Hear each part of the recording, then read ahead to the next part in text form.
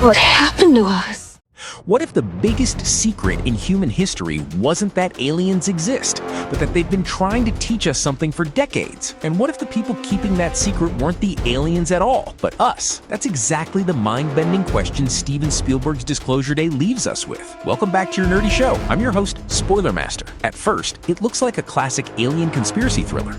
You've got secret government programs, mysterious corporations, hidden extraterrestrials, and whistleblowers risking everything to expose the truth. But by the time the credits roll, Disclosure Day reveals itself to be something much bigger. This isn't really a movie about aliens. It's a movie about empathy. And that final scene completely changes how we understand everything that came before it. So let's break down the ending, the alien conspiracy, Margaret and Daniel's connection, the strange alien technology, and what that final message actually means. Is to go back to where it all began. I know you. The Alien Conspiracy Explained. Let's start with the biggest reveal in the entire film, the truth about the aliens. Because here's the crazy part. The aliens have been on Earth for much longer than anyone realized. According to the film, everything began shortly after World War II. A spacecraft crashed near Roswell, New Mexico. Yes, Spielberg is basically taking one of the most famous UFO stories in American history and turning it into the foundation of the movie's mythology. The crash killed some of the extraterrestrials, but not all of them. Soon afterward, more aliens arrived on Earth. And that's when a decision was made that would shape the next several decades. Instead of revealing the truth to humanity, military leaders decided to keep everything hidden. Think about that for a second. The greatest discovery in human history, proof that we're not alone in the universe, and a small group of people decides nobody else gets to know. According to the movie, that secret eventually became so protected that even elected leaders weren't fully informed about it. The conspiracy grew larger and larger until it basically became its own hidden system, operating beyond public oversight. And that's where Wardex comes in. Wardex isn't just some tech company. It's essentially the organization responsible for studying alien technology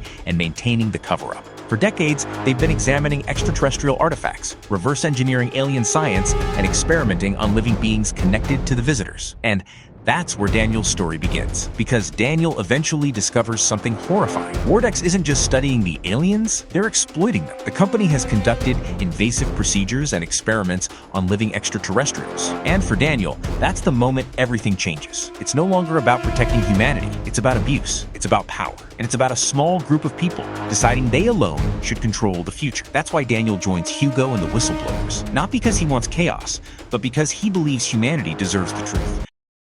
Gibberish, I can't understand it. How Daniel and Margaret are connected. Now, let's talk about Daniel and Margaret, because they're actually the heart of the entire movie. At first, they seem like completely separate characters. Daniel is the brilliant mathematical genius. Margaret is a journalist struggling with increasingly strange experiences. But the deeper the story goes, the more we realize they're connected in ways neither of them understands. As children, both of them were chosen by the aliens. Not kidnapped, not experimented on, chosen. That's an important distinction. The aliens weren't trying to harm them. They were preparing them. The memories of those encounters were hidden deep inside their minds, but the gifts remain. Daniel's gift is extraordinary mathematical understanding. Numbers aren't just numbers to him. He experiences them almost like language. Imagine looking at a complicated equation and understanding it instantly the same way you understand a simple sentence. That's basically Daniel's reality. His abilities eventually lead him toward Wardex because he's one of the few humans capable of understanding some of the alien concepts. Margaret receives something completely different, empathy. And honestly, that's where the movie becomes really interesting, because empathy sounds almost boring compared to genius-level mathematics. But Disclosure Day argues that empathy may actually be the more powerful gift. Margaret can instinctively understand people. She can connect with them emotionally. She can speak multiple languages almost effortlessly. She can sense thoughts and feelings. She can bridge gaps between minds. At first, these abilities terrify her. Who wouldn't be scared? Imagine hearing thoughts you didn't ask to hear. Imagine feeling emotions that don't belong to you. Imagine suddenly becoming capable of understanding people on a level nobody else can. That sounds less like a superpower and more like a nightmare. And for much of the film, that's exactly how Margaret sees it. She doesn't want the responsibility. She doesn't want the attention. She doesn't want people looking at her as something special. In fact, one of her biggest fears is becoming a kind of religious figure, someone people worship instead of understand. But once her memories return, she finally understands why she was chosen. And that's where her entire character arc comes together. She stops running from her abilities. She accepts them, not because she wants power, but because she realizes she's been given a responsibility, and that responsibility is helping humanity communicate, helping humanity listen. The Alien Technology Explained. But before we get to the ending, we need to talk about the alien technology, because wow, this stuff is terrifying. Throughout the film, Wardex possesses 3 mysterious alien devices, and Spielberg intentionally keeps them vague. We never get a full instruction manual. We never learn every capability. Instead, we only see fragments of what they're capable of doing. And honestly, that's what makes them so fascinating. The technology appears capable of linking minds together, creating telepathic connections, sharing thoughts, sharing awareness, possibly even sharing consciousness itself. Noah Scanlon uses the technology repeatedly throughout the movie, but notice something important. Every time he uses it, it hurts him. He requires extensive support systems, medical teams, monitoring equipment. The technology is clearly not meant for human physiology. It's like trying to run advanced software on outdated hardware. The human body simply can't handle it. And that becomes even more obvious when a soldier touches one of the devices without proper protection. For a brief moment, he seems to disappear entirely. Then he returns and immediately collapses. It's a terrifying scene because it suggests the technology interacts with reality itself in ways humans barely understand. But here's where things get really interesting. Margaret can use the technology naturally, almost intuitively, as if she already knows how it works. She can manipulate energy, create convincing illusions, influence systems around her. The devices respond to her differently than they respond to anyone else, which strongly suggests the aliens designed these tools with people like Margaret in mind. Not for domination, not for warfare, but for communication. And that difference is incredibly important because Scanlon sees the technology as a weapon. Margaret sees it as a bridge. And that's basically the central conflict of the entire movie. 2 completely different philosophies. Control versus connection. Fear versus understanding. Secrecy versus truth.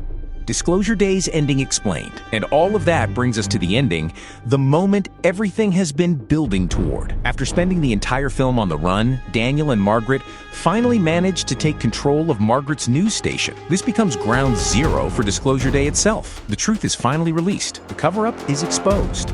The existence of extraterrestrials becomes public knowledge. And suddenly, the entire world changes. Think about how huge that moment actually is. Every government, every religion, every scientific institution, every person on Earth, they're all forced to confront the same reality at exactly the same time. We are not alone. What's fascinating is that the movie doesn't focus heavily on panic. In fact, the opposite happens. The disclosure actually slows a growing international conflict. People stop, they look up, and for a brief moment, humanity shares a single experience, a realization that we're part of something much larger. It's one of Spielberg's most optimistic ideas. The truth doesn't destroy humanity, it unites it, at least temporarily. And that's precisely where Noah Scanlon was wrong. His entire worldview was built around fear. He believed people couldn't handle the truth. He believed civilization would collapse. He believed secrecy was necessary. But the movie argues that fear becomes a self-fulfilling prophecy. When people are treated as incapable, they never get the opportunity to grow. And that's when Hugo reveals one final secret. At least one alien is still alive. Not only alive, protected, hidden, waiting. The alien approaches Daniel and whispers something to him. Daniel then passes that information to Margaret. And this is where many viewers expected the movie to reveal some gigantic answer. Maybe the origin of humanity. Maybe the meaning of life. Maybe a warning about the future. But Spielberg refuses to show us. And honestly, that's probably the smartest choice he could have made, because the specific words don't matter. The message isn't the point. The reaction is. Margaret hears whatever was said. She looks at the world, and then she tells humanity a single word: listen. What the final message really means, that's it. That's the ending. And that's why the ending is so powerful. The aliens aren't portrayed as conquerors. They're not gods. They're not saviors. Instead, they seem to have identified empathy as humanity's most important evolutionary trait. Not intelligence, not technology, not military power. Empathy. The ability to understand someone else's perspective. The ability to care about experiences beyond your own. The ability to truly listen. And suddenly, everything clicks into place. Margaret's powers, Daniel's gifts, the alien technology, the conspiracy, all of it. The movie has been building toward that idea from the beginning. The greatest advancement isn't technological, it's emotional. The future doesn't depend on stronger weapons or smarter machines. It depends on whether people can learn to understand one another. That's why Margaret's gift matters more than anyone realizes. She doesn't save the world through force. She saves it through connection. And that's what makes Disclosure Day feel so different from most modern sci-fi movies. Instead of ending with a giant battle, it ends with an idea, a challenge. A question directed at all of us. Can humanity actually listen? Can we empathize with people who are different from us? Can we overcome fear and choose understanding instead? The movie doesn't provide easy answers. It leaves those questions hanging. And honestly, that's why the ending sticks with you long after the credits finish rolling. our nerdy thoughts. Disclosure Day may look like an alien conspiracy thriller on the surface, but underneath it's really a story about communication, empathy, and the choices that define humanity. And that final word, listen, might just be the most important message Spielberg has delivered in years. So, what do you think the alien actually whispered to Daniel? Was it a warning, a revelation, or something even bigger?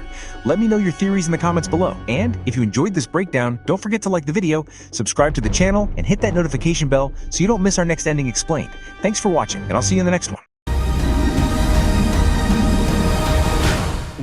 No, what the heck, I'll laugh anyway.